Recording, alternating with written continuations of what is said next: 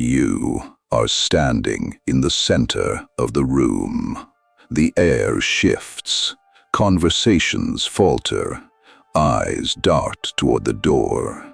Someone has entered, and without a single word, the entire hierarchy of the room has just rearranged itself around them. You have seen this happen.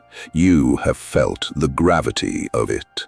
Society calls it natural presence. Society is lying to you.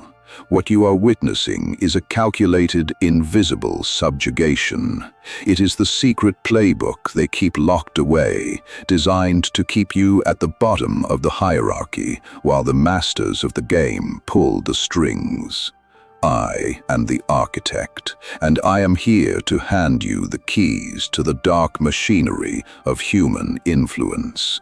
Welcome to the Cold Ascent. To conquer the modern social chessboard, we must look to a man who survived the deadliest political arena in human history. The year is 1789. France is tearing itself apart. The guillotine is falling on the necks of kings, queens, and aristocrats alike. In this era of blood and paranoia, one wrong word meant certain death. Yet one man not only survived the French Revolution, but went on to dominate the empire of Napoleon Bonaparte and outlast them all. His name was Charles Maurice de Talleyrand. Talleyrand possessed no great physical strength. He walked with a severe limp, yet emperors bowed to his frame. He manipulated the superpowers of Europe, bending them entirely to his will. When Napoleon would erupt into fiery, unpredictable rage, Talleyrand would stand perfectly still, devoid of emotion, allowing the emperor to exhaust his power against a brick wall. By refusing to mirror Napoleon's panic, Talleyrand became the anchor in the room. He who controls the physical baseline controls reality. As Talleyrand famously whispered to history, speech was given to man to conceal his thoughts. He knew that while words build illusions, the body writes the absolute truth. By mastering his physical and spatial presence, Talleyrand hacked the deeply ingrained primate circuitry of his rivals. This is not historical romance. It is hard-coded into your neurobiology. In 2003, behavioral psychologists Larissa Tiedens and Alison Fragale conducted a groundbreaking study on power dynamics at Stanford University. They observed a phenomenon known as postural complementarity. They placed subjects in a room with a hidden actor. When the actor adopted a dominant, expansive physical posture, taking up space, relaxing their limbs, an incredible thing happened. Without realizing it, the subjects automatically adopted submissive, constricted postures. They shrank themselves. The human brain is a status calculating machine. When it encounters a dominant force that does not seek permission to exist, it automatically triggers a submissive reflex to avoid conflict. Dominance is not about shouting. It is about taking up psychological and physical space without a shred of apology.